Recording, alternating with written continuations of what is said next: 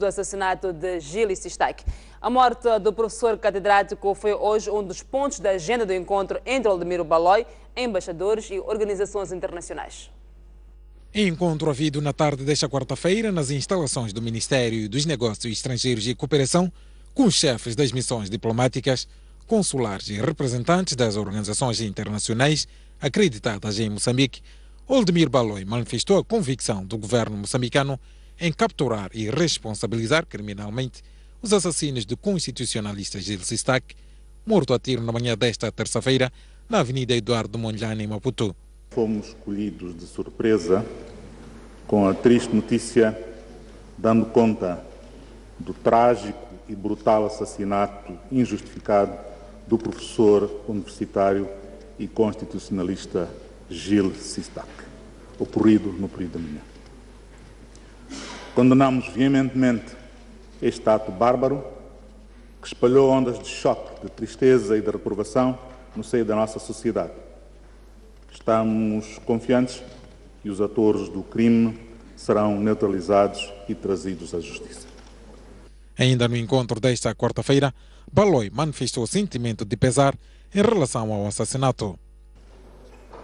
À família, em especial, e de um modo geral, a todos os que de alguma forma estavam ligados ao professor Sistak, por laços pessoais, profissionais ou de cidadania, apresentamos o nosso sentimento de pesar. Esta reunião, descrita como sendo de trabalho e troca de informação sobre assuntos políticos, econômicos e sociais, serviu também para apresentar a nova vice-ministra dos Negócios Estrangeiros e Cooperação, Nyaleito Mondlane. Embaixadores acreditados em Moçambique dizem que o assassinato brutal de Gil Sistak atenta contra as liberdades, é mau para o país e exigem que os autores sejam responsabilizados. Primeiro, lamentamos esse assassinato brutal. Pensamos que foi um evento muito infeliz. O Dr. Gil Sistak jogou um papel muito importante aqui no país. Foi um acadêmico, um professor muito respeitado. Contribuiu efetivamente à democratização, à democracia nesse país. Pensamos que foi um ataque frontal à livre expressão, à liberdade da expressão, e queremos realmente que esses incitamentos ao ódio racista não continuem, porque isso não contribui a um diálogo aberto para o país, o que é melhor para uma democracia pluripartidária que necessita Moçambique. Agora, o que é importante é realmente fazer uma investigação exaustiva para encontrar os autores desse crime e para evitar que existe uma impunidade que é realmente inimigo da justiça e democracia no país.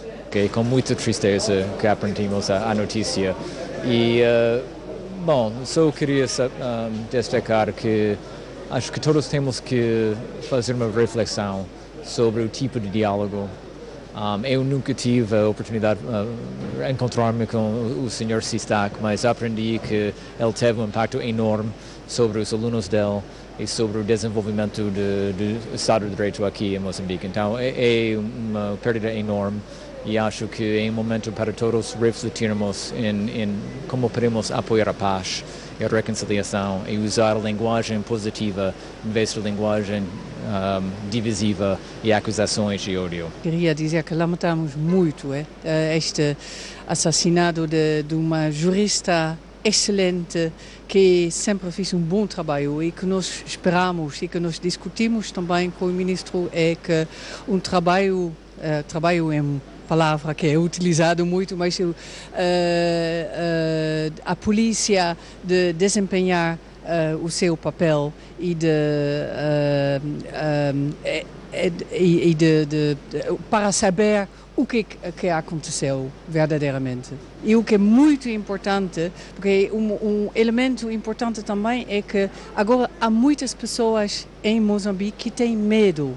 E em geral, é muito mal para a imagem de Moçambique. Então, o que eu espero é que outros que têm opiniões diferentes sentem-se a liberdade de continuar de falar das suas ideias. Esperamos que as instituições moçambicanas ponham todos os meios para esclarecer e levar os responsáveis perante a justiça. O único que eu vou dizer é de solidariedade a Moçambique, ao povo de Moçambique, ao governo de Moçambique e à família com essa tragédia.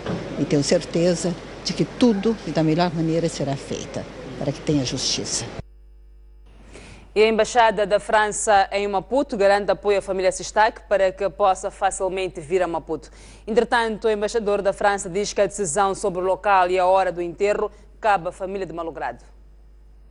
Um dia após o assassinato do professor Gilles Sistac, a Embaixada da França veio a público manifestar o seu repúdio pelo acontecimento e, acima de tudo, o embaixador daquele país aqui em Moçambique deixou a conhecer que a Embaixada da França vai prestar todo o apoio técnico para que a família Sistac, no caso vertente, os pais do malogrado, possam conseguir vistos o mais rápido possível para poderem vir a Maputo acompanhar todo o processo inerente às cerimônias fúnebres. Emitimos ontem um comunicado, suponho que você recebeu o comunicado, para explicar a nossa tristeza e a nossa consternação frente a tal acontecimento. A partir disso, o nosso trabalho hoje é trabalhar com a família, porque a família do professor Sistac vai chegar dentro de alguns dias e tentamos organizar tudo com as autoridades moçambicanas que nos ajudam neste sentido para fazer que tudo se passe bem com a visita dos pais do Sr. Sistac. A previsão é que o enterro seja aqui ou na França? Nós sabemos que isso é uma decisão tomada pela família. E estamos de acordo com as autoridades moçambicanas que temos que seguir a decisão que vai ser tomada pela família. Mesmo terminar algum apoio que vai a Embaixada da França prestar à família Sistac? O apoio é um apoio técnico. Vamos estar presentes, fazemos o contacto direto entre os pais do professor Sistac, que pelo momento ficam na França, com as autoridades moçambicanas para os vistos de entrada no Moçambique e tudo essas coisas técnicas que nos ocupam bastante. De resto, o embaixador da França diz não saber de facto se as cerimônias fúnebres vão acontecer aqui em Moçambique ou na França. Ele deixou a entender que essa decisão cabe à família Sistac. Gaspar Chirinda, Ricardo Machava, STV. O corpo de Gilles Sistac continua na casa mortuária e aguarda-se pela chegada da família para a decisão da cerimónia fúnebre. Desde o período da manhã até esta tarde, amigos da filha do finado, entre outras pessoas, dirigiram-se à casa para prestar condolências. A imagem, no fundo, é da casa onde vivia o professor Gilles Sistac na companhia da sua filha e também da empregada. Portanto, este é o bloco reservado aos docentes da Universidade Eduardo Mondlane, até porque o campus da Universidade Eduardo Mondlane fica mesmo por detrás deste bloco. E o ambiente que se pode viver um dia depois do assassinato do professor Sistac é justamente este. É um ambiente muito resguardado, até porque a própria família pediu que não fosse exposta neste momento de dor e consternação, e também as pessoas vão chegando de tempo em tempo. Estamos a falar de amigos, pessoas ligadas à família Sistac que vêm aqui prestar o ambiente de pesar, e as palavras têm sido muito poucas neste momento, por isso não temos muita informação, apesar de que sabemos de uma forma muito solta que a mãe do professor Sistac poderá chegar ainda no dia de hoje para se decidir onde e quando é que será o funeral. O cenário é desolador, não há palavras. Respeitem só a decisão que a família tomou, não tem mais nada a dizer. Tudo que tinha para ser dito já foi dito. Ele foi e acabou. Uma informação também, acredito também que está interessado em saber quando é que será o funeral, onde é que será. Não há informação ainda. Em tempo oportuno saberão. E eu penso que temos que todos estar ao lado da família, direta, e tentarmos compreender o contexto em que ela emite opiniões e o contexto em que ela diz algumas coisas. É um momento de dor, é um momento de muita contenção. Portanto, eu penso que todos irão compreender o que for dito neste contexto. Porque não nos podemos amedrontar, não podemos ter medo daqueles que têm medo das nossas ideias.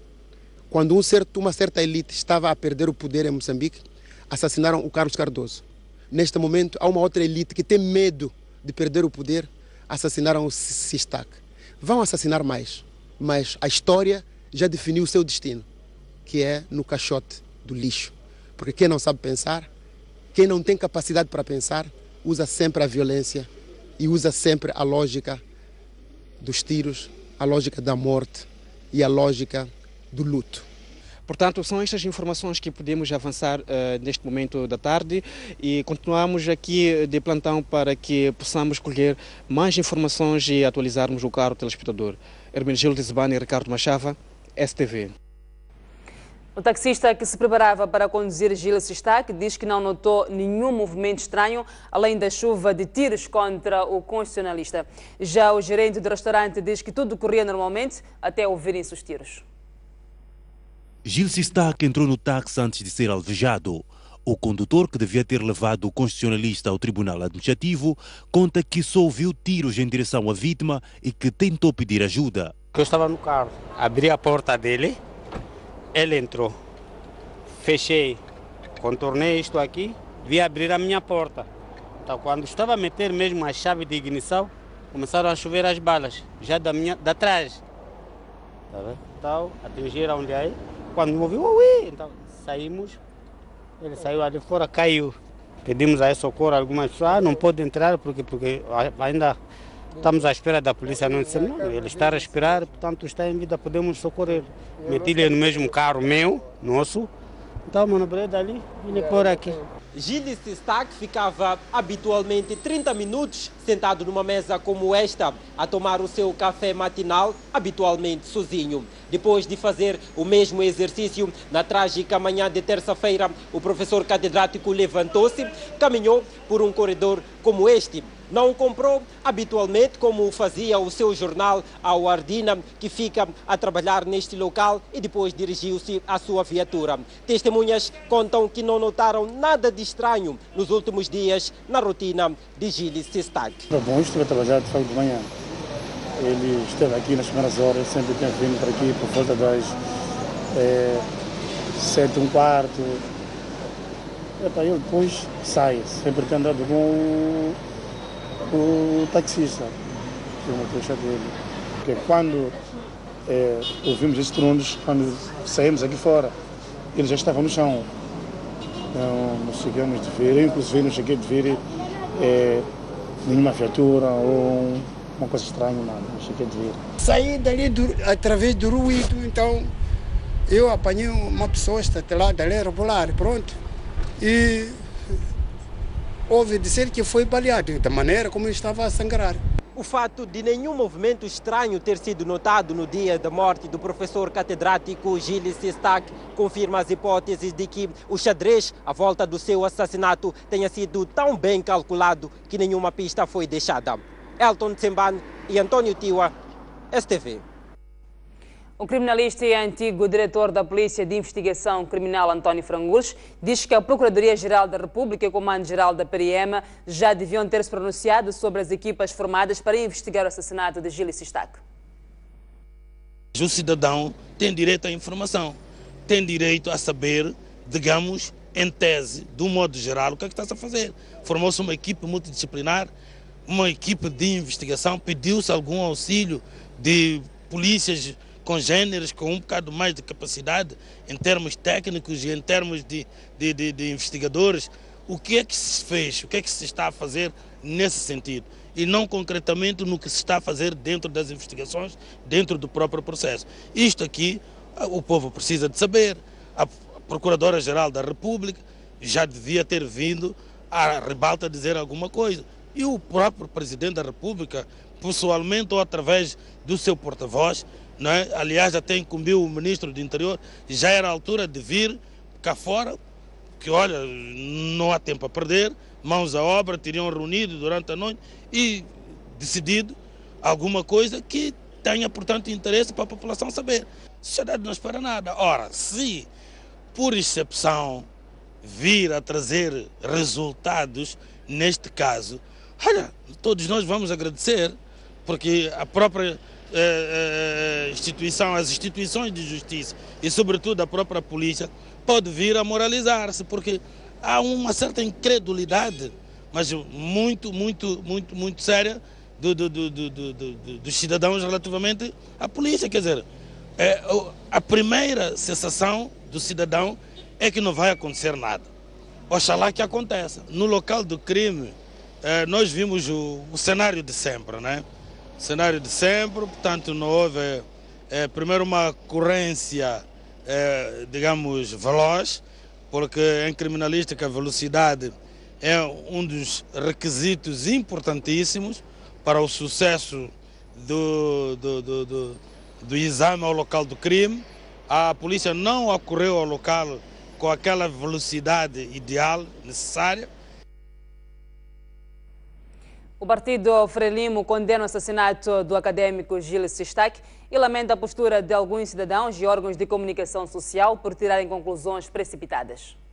O partido Frelimo lamenta profundamente a morte do académico Sistac e condena veementemente este ato, que na verdade não honra e nem dignifica a todos nós moçambicanos, que tudo temos estado a fazer para a construção do Estado de Direito.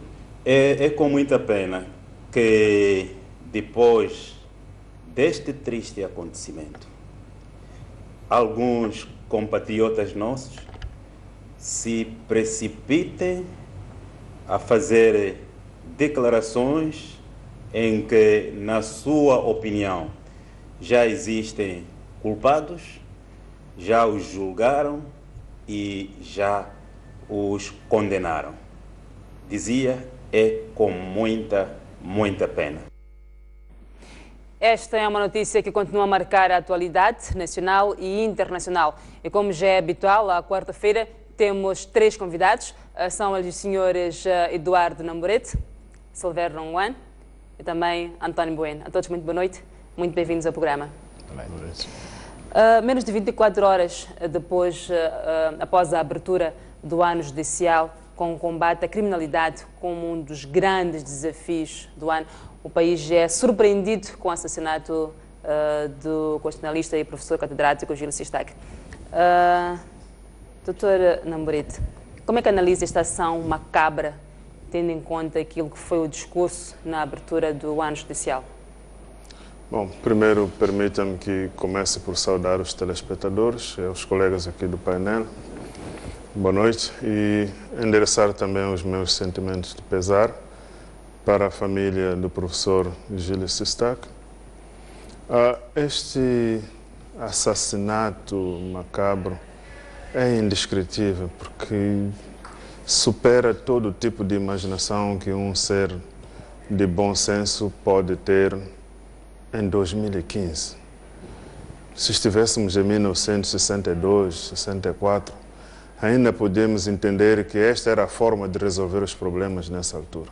Mas estamos em 2015, mais de 20 anos de termos instituído a democracia multipartidária no nosso país, a Constituição multipartidária que assenta fundamentalmente nas liberdades fundamentais, a liberdade de expressão como uma delas, e nós vemos um cidadão pacato que pura e simplesmente fazia o que ele sabia fazer: ciência, ensinar, investigar e partilhar o conhecimento que ele tinha. Portanto, o assassinato do professor Sistac, pode-se dizer tudo o que se quiser dizer, certamente tem a ver com os pronunciamentos que ele fez nos últimos dias. Chegamos a esta questão. Silvério Ronguan, que mensagens é que os criminosos estão a querer enviar ou pretendem enviar logo após a abertura do ano judicial? Bom, tendo em conta que um dos grandes desafios é o combate à criminalidade. Bom, também começaria por cumprimentar os telespectadores, endereçar à família enlutada os meus profundos sentimentos de pesar. Bom, é difícil porque nós não sabemos a partida quem são os criminosos, porque todos gozamos da presunção de inocência até prova em contrário. Agora, há um conjunto de aspectos que podem ser importantes ser analisados. O professor foi assassinado a mais ou menos 200 metros da Polícia Municipal do Distrito Urbano número 1. Portanto, certamente, os tiros, tratando-se de uma metralhadora, como já se dizer, de uma KM, ouve-se e bem. Mas não consta que tenha havido da parte daquela polícia alguma reação. Eu conheço bem a Polícia Municipal, apesar de ser administrativa, eu próprio. Eu já fui cercado por ela na BO, impedindo que realizasse ali um comício. Estranha-se que, estando a 200 metros a se disparar, portanto, metralhadoras não tenham reagido. Estamos ali a 100 metros, praticamente, da Embaixada Sul-Africana. Pressupõe também que, sendo uma instituição diplomática, tenha polícia. Mais ou menos a 500 metros da Embaixada de Portugal. Também se espera que é um sítio que tem que ter. Portanto, este assassinato, ali onde aconteceu, estamos perto também do Gabinfo, ali do gabinete. Portanto, quase por baixo do Gabinfo, que eu sei da informação. Que foi mesmo no coração da cidade? E no coração da cidade e num sítio que se espera que todas as forças de segurança, desde o CISI, a Polícia Municipal, a PRM, tem que estar lá, porque estamos a falar de zonas sensíveis. Então, isto transmite, no mínimo, um sentimento de insegurança, ou seja, ficamos a saber, com este assassinato, que estamos vulneráveis e podemos ser mortos, estejamos onde estejamos. Eu penso que esta é a primeira observação que se pode tirar. A segunda, mais desconcertante para mim, é que estamos na rua praticamente Martins da Machado, onde foi assassinado o Carlos Cardoso, que é uma pessoa de uma etnia minoritária. Estamos a falar de pessoa da raça branca. E desta vez também trata-se de alguém da etnia de raça branca. Significa isto, se for, digamos, analisado ao lado dos rápidos, que também afeta mais pessoas, se existem pessoas de outras etnias, mas sobretudo pessoas de etnia asiática. Isso significa que a xenofobia e o crime organizado que atinge diretamente e de forma dramática pessoas das etnias minoritárias. Isto é grave, porque o nosso país já foi campeão do combate do regime minoritário na África do Sul, do regime racial, digamos, da Rodésia do Sul, hoje Zimbábue. Portanto, significa que estamos a ser atacados naquilo que pensávamos que tínhamos ultrapassado. Ou seja, nós não só nos considerávamos até ontem não racistas, como combatentes avançados do racismo. Ora, este assassinato vem mostrar que se calhar não é assim, que o racismo, o fato de ser, portanto, visar pessoas de uma etnia branca, que é uma etnia minoritária, eu penso que deve nos assustar ainda mais. António Bueno, também tem este sentimento de insegurança, como disse o Silvério Ronguane, tendo em conta que este assassinato macabro aconteceu não só à luz do dia, como também no coração da cidade?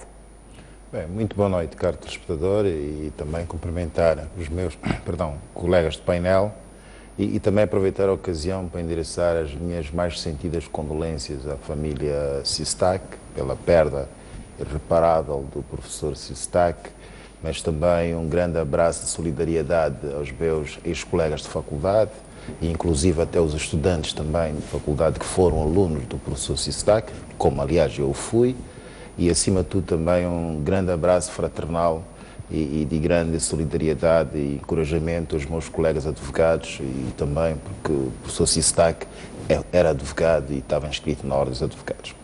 É evidente que este homicídio macabro atualmente quase que chocou a sociedade toda moçambicana, isso é um facto, e principalmente o modo violento e quase gratuito como ele teria ocorrido. E também o facto de, na zona onde ter ocorrido o incidente, e como muito bem disse o Ronguano, que é uma zona do coração da cidade, e não ter havido intervenção imediata das autoridades policiais. Era suposto, em situações idênticas já aconteceu, inclusive já assistimos situações de rapto, em que logo depois do evento, a polícia fazia-se presente no local, mas naquele ontem, quando isso aconteceu, a polícia primou pela ausência. E naturalmente o facto de não ter havido intervenção imediata da polícia, provavelmente até poderia não ter evitado o que ocorreu, mas já daria alguma garantia ou segurança às pessoas, sabendo que sempre que ocorrer qualquer ato violento, e depois não foi um ato em si em silêncio, foi um ato que de alguma forma causou ruído, quer dizer, o som das balas causa sempre ruído, e é um ruído perceptível a alguma distância, e há pessoas que trabalham naquela área, mais ou menos num raio de 500 ou 1000 metros, que ouviram o barulho das armas, da arma disparada. Então significa que os postos policiais, que eventualmente, ou a concentração de polícias naquela área, pelo menos poderia ter ouvido os disparos e devia ter se dirigido imediatamente para o local. Há aqui um aspecto na reportagem que foi aqui apresentada pelo Dr. Frangulos, que é de suma importância, que é corpo de delito. Quer dizer, é importante sempre que ocorre, principalmente situações desta de homicídio, a polícia imediatamente isolar a área, porque há ali muitos indícios de prova importantíssimos que podem ajudar na investigação posterior. E naturalmente, toda a área foi já corrompida e é difícil agora retornar ao local. Não digo que seja impossível, mas agora a recolha de meios de prova, indícios de prova, agora tornou-se muito mais difícil. Porque permitiu-se que as pessoas pudessem naturalmente circular naquela área e todos os indícios de prova que pudessem de alguma forma ser aproveitados imediatamente ou logo após a prática desse homicídio poderiam ser úteis para auxiliar a investigação policial.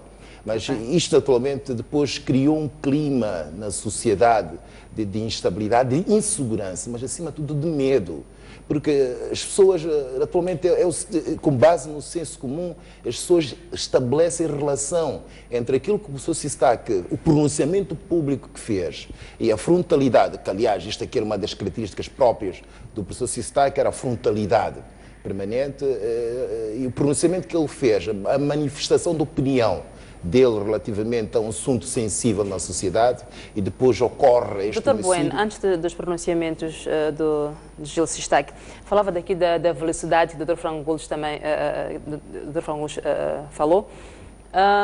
Quando há crimes, particularmente na cidade de Maputo, vamos olhar só para Maputo, não temos visto esta questão do isolamento do local onde aconteceu o crime, que é o primeiro passo que se dá, isolar aquela área exatamente para recolher as provas, como o doutor acabou de falar. Exato. Mas ainda não temos visto esse tipo de situação acontecer.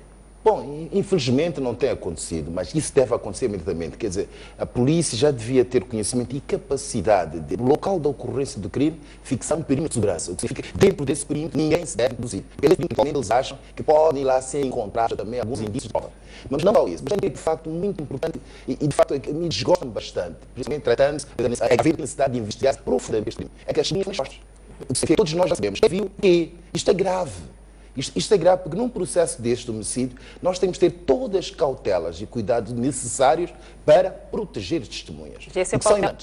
A polícia, evidentemente, significa que as testemunhas até o momento foram entrevistadas não tinham sido ouvidas pela polícia. Isso é grave. A polícia já os devia ter ouvido e já os devia naturalmente ter advertido que não deveriam fazer pronunciamento a ninguém, que é uma testemunha importante. Dr. Namborete, o líder da Renamo, Afonso Dhlakama, acusa os radicais da Frelimo de terem matado Gil Sistak como forma de desmoralizá-lo e promete vingança. O que leva a Renamo a pensar que efetivamente foi a Frelimo quem mandou matar Gil Sistak? Olha, é preciso ler este evento como não algo isolado. O professor Gil Sistak, por causa dos seus últimos pronunciamentos, primeiro sobre a questão da perda do mandato dos deputados da Assembleia da República e depois em relação às províncias autónomas. Ele começou a receber ameaças e isto foi tornado público que ele fez queixa à Procuradoria-Geral da República e no Facebook, as pessoas que têm participado na rede social do Facebook puderam acompanhar posts ou colocações de pessoas que atacavam diretamente ao professor Sistak, a sua integridade, ao seu nome, a sua moral e tudo isto. Isto não pode ser ignorado.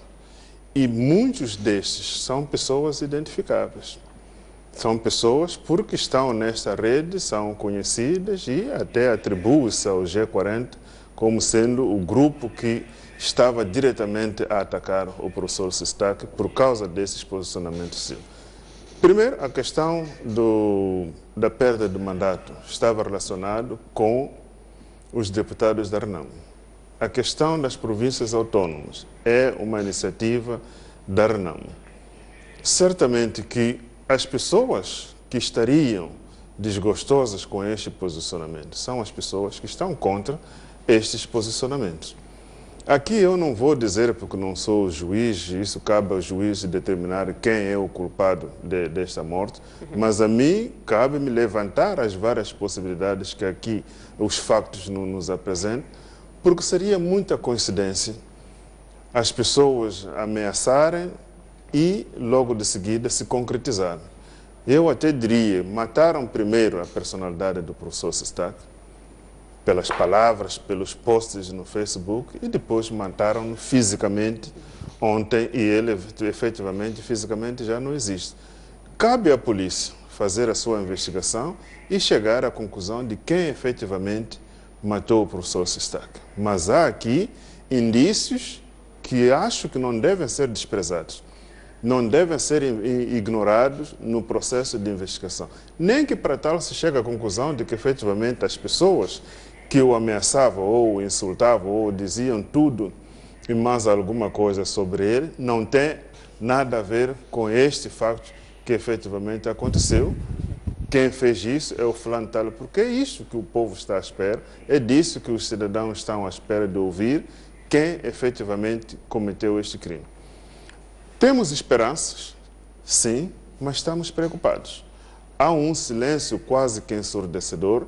O professor Gil Sistak não é qualquer pessoa, é dos poucos que Moçambique tem na área em que ele trabalha e com a categoria que ele tem. Nós não ouvimos o ministro do Interior a aparecer, pelo menos para confortar os moçambicanos, de que, olha, não estamos a fazer tudo o que estiver ao nosso alcance. O presidente da República mandou o seu assessor para vir falar em seu nome.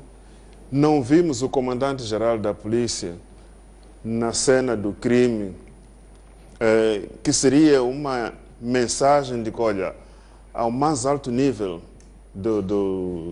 da polícia, há preocupação aqui em vermos este processo a ser esclarecido desde o momento que aconteceu. Portanto, parece um assassinato.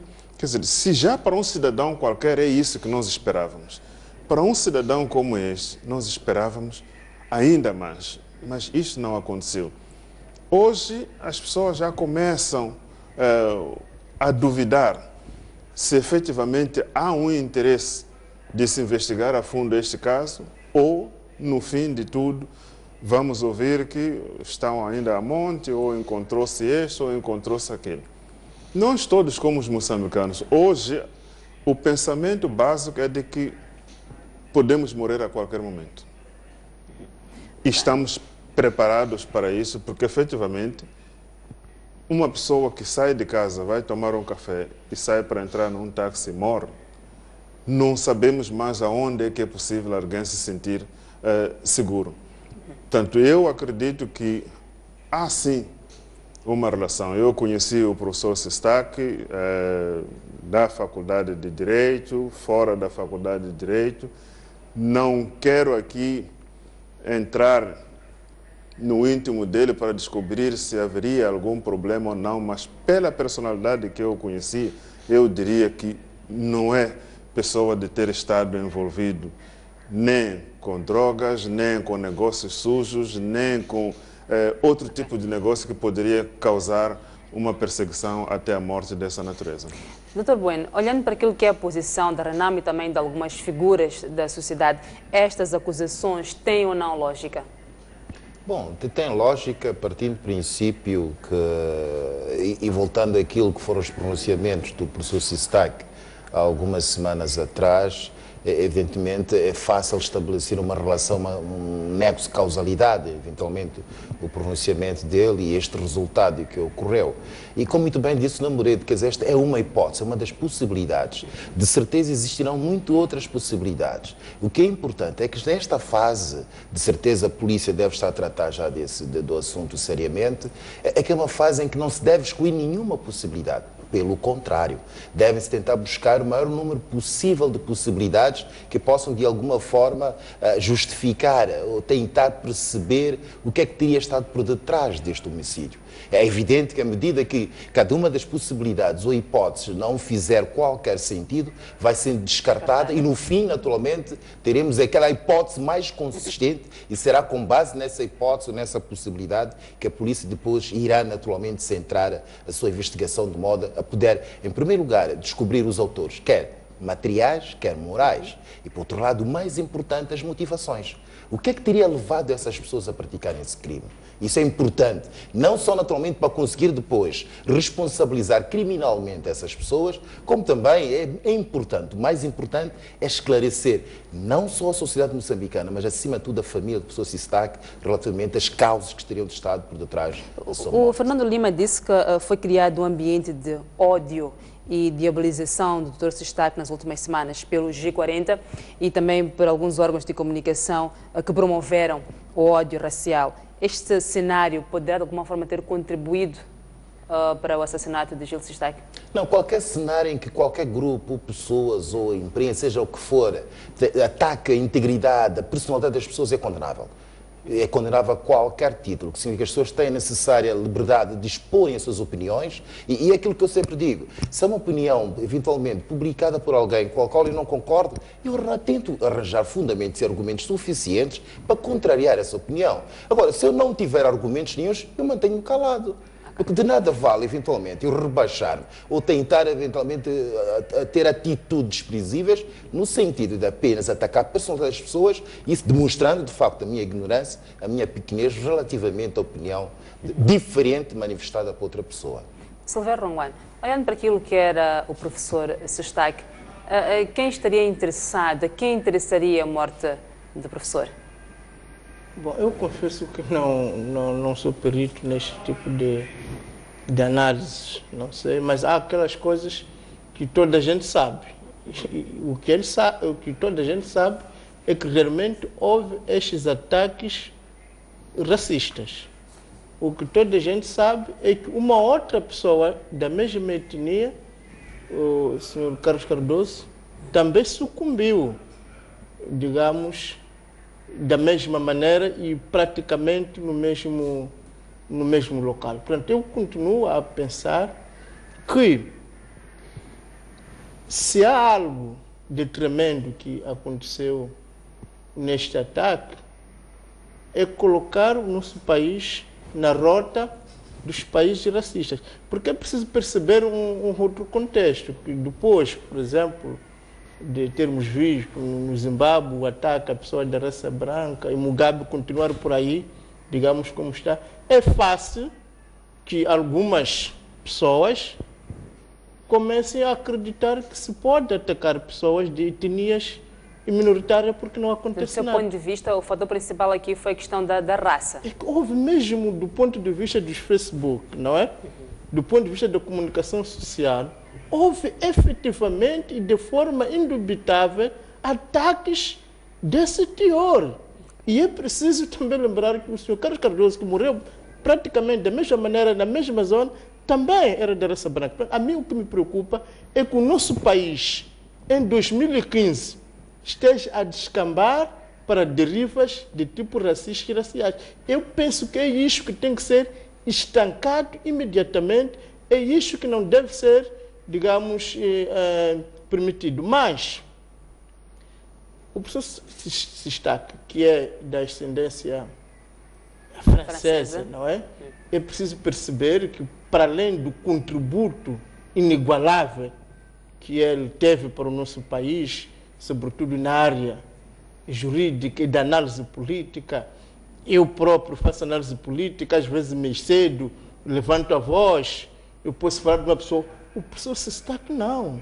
Era uma pessoa que nunca levantava a voz objetiva, mesmo que já se dizer aqui, ele sempre disse, olha, de acordo com o número X, isto não pode ser assim. Sempre recorreu à lei. E recorreu à lei de forma estrita, sem falar de pessoas nem de organizações. E mais, ele vem da França, que é um grande amigo de Moçambique, e todos sabemos que há pouco tempo, quando se falou daquele meio escândalo em Matum, que envolve navios até, falou-se na altura da necessidade de proteger a nossa costa, o que significa que há uma relação também militar, digamos, com a França. E esta relação de amizade com a França significa que todos os moçambicanos, não é, devem ter isto a peito, que não podemos ir à França e comprar armas ou navios para a proteção da nossa costa. E estas armas, eventualmente, né, matarem franceses. Eu penso que isto é que é dramático, é isso que tem que ser visto. Este assassinato de Gil Sistac vai de alguma forma afetar as relações diplomáticas entre Moçambique e França? Eu creio que não, faço fé que não, mas parece-me que criou-se aqui um precedente e perigoso, ou seja, nós mostramos que a este nosso parceiro, não fomos capazes de proteger, digamos, cidadãos de origem francesa, e pelo que apareceu nos mídias, ligava-se e dizia-se claramente que esse francês, eu penso que isto é que é, e não houve nada, ninguém fez nada, é preciso que se diga, para que estes ataques que foram referidos por Fernando Lima, de teor racial, não é, fosse estancado. E mesmo depois do seu assassinato, estamos no segundo dia, não consta que pessoas que tenham feito esse tipo de ataque, de ter criado até um ambiente para que um assassino solitário, ou, quer dizer, é preciso perceber que em todos os países onde houve essas questões raciais, como na Alemanha, não começaram com governos, com Estado, começaram com milícias, com pessoas da sociedade. É preciso que nós nos concentremos a proteger os cidadãos moçambicanos, mas também proteger todos os moçambicanos, Moçambique para todos, sejam de etnia negra, sejam de etnia branca, asiática. Nós não podemos nos permitir que pessoas sejam atacadas e esse ataque seja vinculado à sua pertença a este ou aquele grupo, e muito menos quando estamos a tratar de país. Eu acredito que nenhum francês teria interesse em saber que um país com o qual temos uma cooperação militar, essas mesmas armas caem em mãos de bandidos que depois matam cidadãos franceses. Portanto, eu penso que é este aspecto... Doutor Ben, eu volto assim. Este episódio gerou um grande alarme por parte da comunidade internacional. Embaixadores, representantes, diplomatas, como acompanhamos, acarretados em Moçambique, reuniram-se com o ministro dos Negócios Estrangeiros e Cooperação e, de forma inevitável, a morte de Sistac esteve em cima da mesa.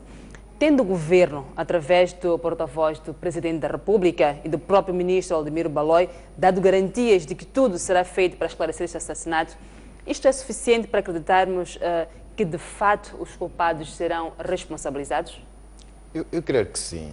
e estou naturalmente confiante que sim, principalmente derivado do facto do próprio governo, credibilidade do governo, mas na eventualidade de não se descobrir os culpados, ficar em causa, e isto é grave.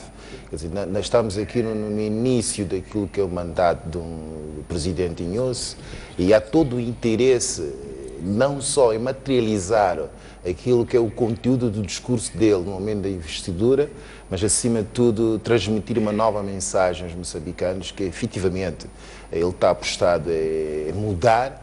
E o mudar, naturalmente, ele começa já com grandes desafios. Quer dizer, já houve um desafio que lhe foi imposto logo em fevereiro e depois, naturalmente, aparece este, também criado já pelo homem.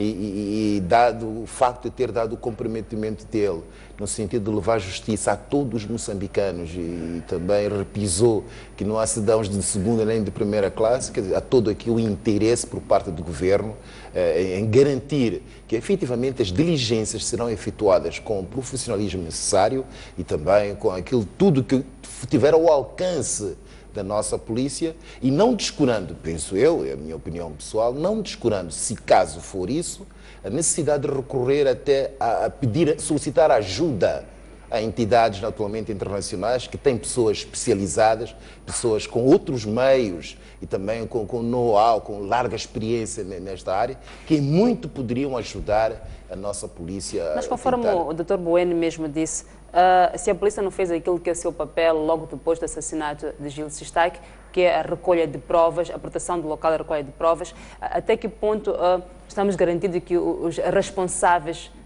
serão de fato encontrados se perdeu-se a maior parte daquilo que são as provas?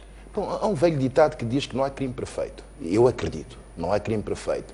Porque, realmente, até o crime perfeito, eventualmente, a existir essa possibilidade, tinha que ser praticada por uma única pessoa, sozinha, sem conluio com ninguém, sem cumplicidade, sem apoio de ninguém. Mas aqui, neste caso, segundo se diz, houve 4 pessoas. E, naturalmente, foi usada uma viatura automóvel, foi usada uma arma, houve meios de que eles se serviram. Eventualmente, logo no local, as cápsulas das armas, certeza alguém carregou a arma, alguém meteu as balas no carregador. E pode não ter utilizado luvas ou qualquer instrumento de modo a evitar que a impressão digital ficasse marcada nas cápsulas, nas balas. E as cápsulas caíram no local, era possível, com recurso a elas, fazer-se um teste para saber eventualmente quem era o titular daquelas impressões digitais. E mais outros elementos, caiu um cabelo, caiu qualquer coisa do corpo humano que demonstre que de alguma coisa pudesse fazer teste de ADN para se tentar averiguar. E nós temos uma base de dados para identificar as pessoas? Pelo menos que eu sei que o registro criminal tem, mas tem nas situações em que alguém eventualmente já tenha cometido um crime e vai-se proceder ao registro. Mas não tendo-se isolado aquela área, não é? Exato. Quem-nos garante que a recolha destas cápsulas terá sido feita? Parece-me que o que a jornalista estava a dizer é que se há um empenho, e todos acreditamos que haverá um empenho para se esclarecer isto, teriam que ter sido também visíveis estes atos preliminares. Isolar a área exatamente para permitir que possas recolher essa bala.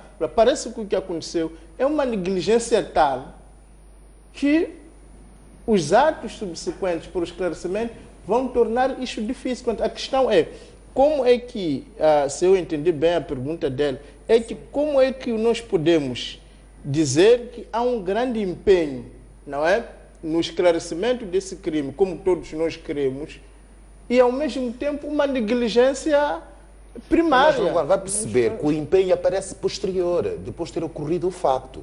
Se eventualmente se tivesse tomado conhecimento antes, esse empenho tivesse surgido antes, iríamos notar eventualmente... Isolar, por exemplo, exato, mas é que esse pronunciamento da autoridade, quer do Estado, apareceu depois, que já não era possível eventualmente isolar a área, já tinha sido corrompida aquela área toda. Mas isso torna atualmente difícil, porque era um momento sublime de conseguir recolher muitos elementos de prova. Não se tendo conseguido naquele momento, significa que a investigação torna-se difícil a posterior. É aí que eu digo, quer dizer, é aí que nós temos que ver, e temos muito bons investigadores em Moçambique, mas agora, se nós chegamos a um estágio, ou a polícia chegar a um estágio, em que já a sua capacidade de investigação está limitada, e não é desonroso solicitar ajuda a quem nos pode prestar. É difícil, mas não é impossível. Não é impossível. Doutor Namborite, Já tivemos vários assassinatos macabros em que a polícia, ou mesmo o próprio governo, prometiam fazer tudo para esclarecer, mas muitos dos casos até hoje não foram esclarecidos. Que garantias há de que, de fato, desta vez vai ser diferente? Bom, a única garantia é que a esperança é a última que morre, não é? Nós não podemos perder a esperança, embora somos bastante céticos, porque as mesmas pessoas que sempre nos prometem bom trabalho, depois nos deixam cair em frustração, porque o tal trabalho bom nunca aparece. Neste momento, de facto, torna-se extremamente difícil uma investigação correr de forma satisfatória quando não se tem evidências físicas para se trabalhar com elas. Portanto, não se localizou o carro, não se localizaram as cápsulas. Portanto, o material de DNA que pode ser encontrado, ninguém pode nos dizer se é dos criminosos ou é das pessoas que acorreram àquele lugar. Os fios de cabelo e uma série de coisas que não podem, a priori, serem tomados como matéria para poder relacionar com o crime. E mesmo tendo-se esta capacidade de se encontrar alguma impressão digital, eu não sei se de facto temos esta infraestrutura de um banco de dados de muitas pessoas, quando muito aqueles que já passaram pelos tribunais devem ter em algum lugar, mas mesmo esse duvido muito que tenhamos esta organização. Agora, temos que contar com a boa vontade de pessoas que podem ter percebido alguma coisa, não é?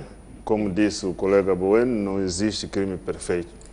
Pode não ser agora, mas em algum momento, ou porque parte das pessoas que fizeram parte deste crime, a consciência vai pesar e vão falar com alguém, ou vão se entregar, ou vão confessar em algum lugar, e aí as coisas vão acabar sendo de domínio público. Mas em termos de trabalho de perícia, acho que perdeu-se a oportunidade de poder-se fazer isto. E isto volta de novo a nos deixar naquela mesma situação.